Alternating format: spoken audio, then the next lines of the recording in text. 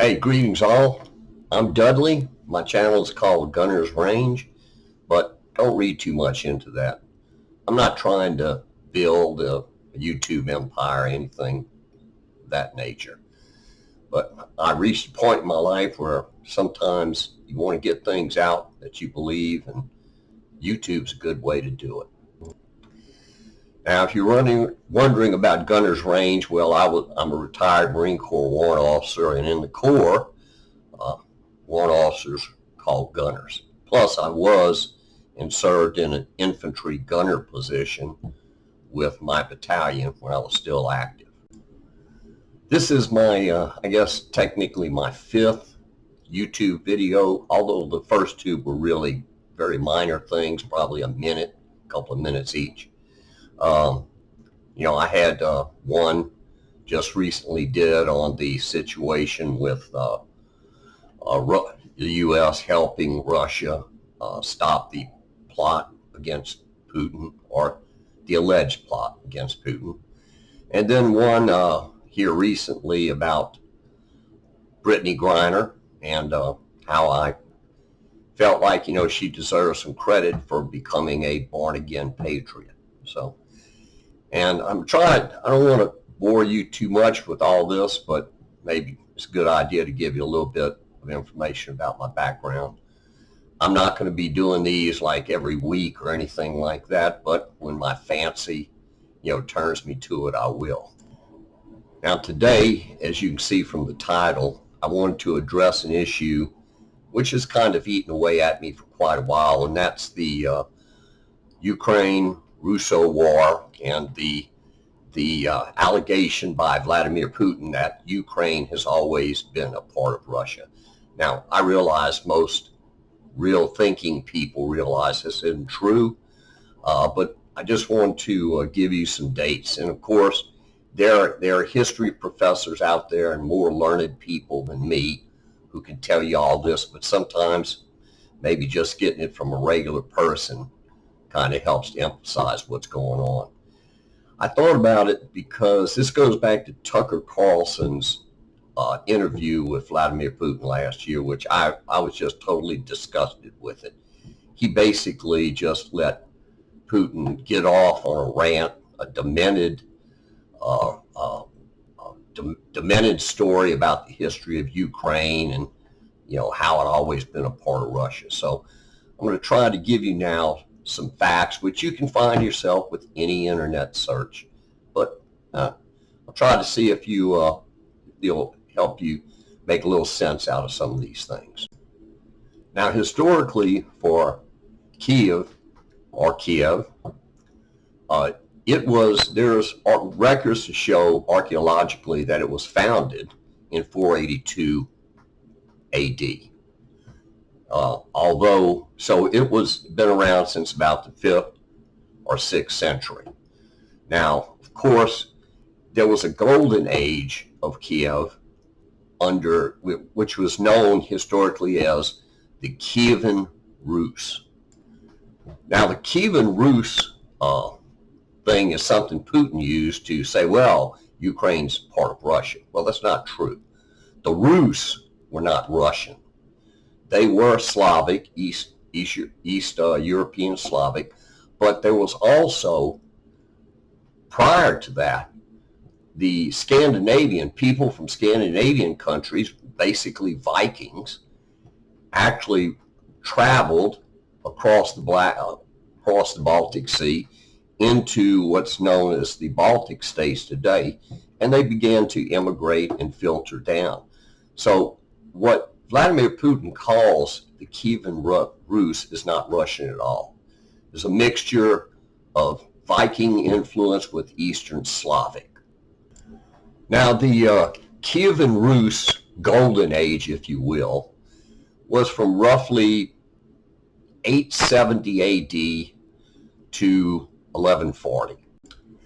I'm sorry, I said 1140, 1240 AD. So it was known as, Kievan Rus, and again, its golden age was from 879 to about 1240. So this is in contrast to Moscow.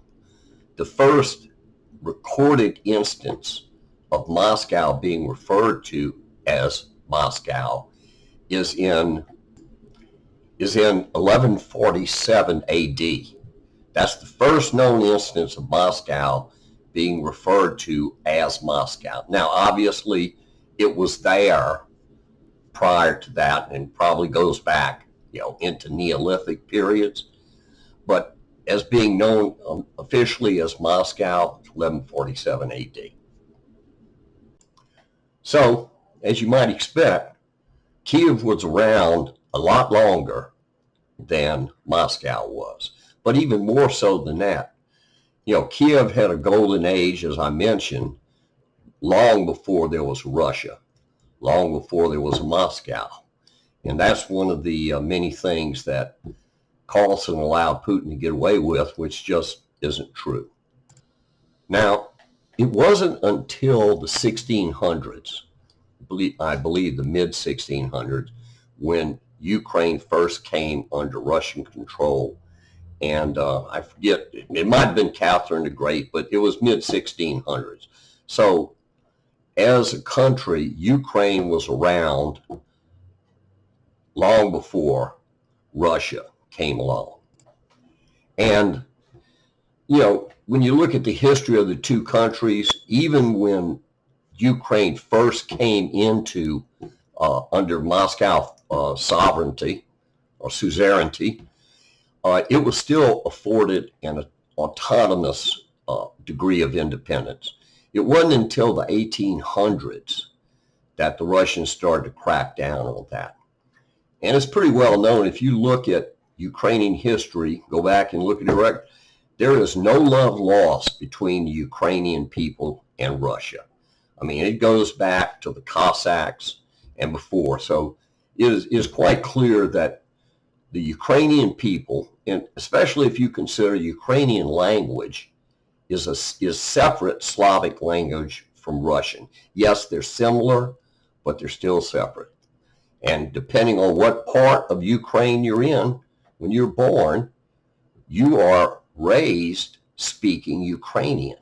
And that's usually from, the central part of Ukraine to the west. The further west you go from the Kiev area and west, Odessa, the more you see Ukrainian spoken. Yes, Russia is spoken and primarily in the eastern part of, the entire country speaks Russian because it was mandated by the Soviet Union. But what you're raised speaking in the west part of Ukraine from center to west is Ukrainian, and in the eastern part, in the Donbass, yes, is Russian. So there's no question about the fact there are differences between the two languages. There's also no question about the fact of the way the Ukrainian people feel about Russia. And it's always been pretty obvious. Now, one thing I do want to get into is the attempts of Ukrainian independence. This actually can go back in the last century to the 1917 Russian uprising, when the Russian Tsar was overthrown. Yet you can find it documented that when the Tsar was overthrown, the Ukraine jumped right up, declared independence, and formed its own government.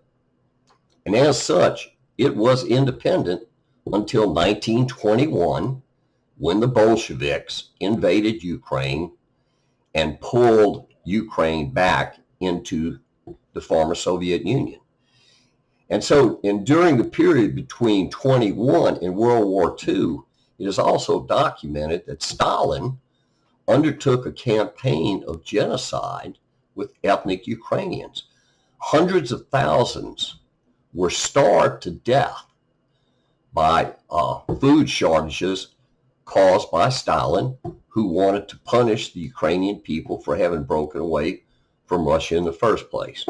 So is it any wonder that when the Germans invaded the Soviet Union in 1940, that they were initially looked on by the Ukrainians as liberators?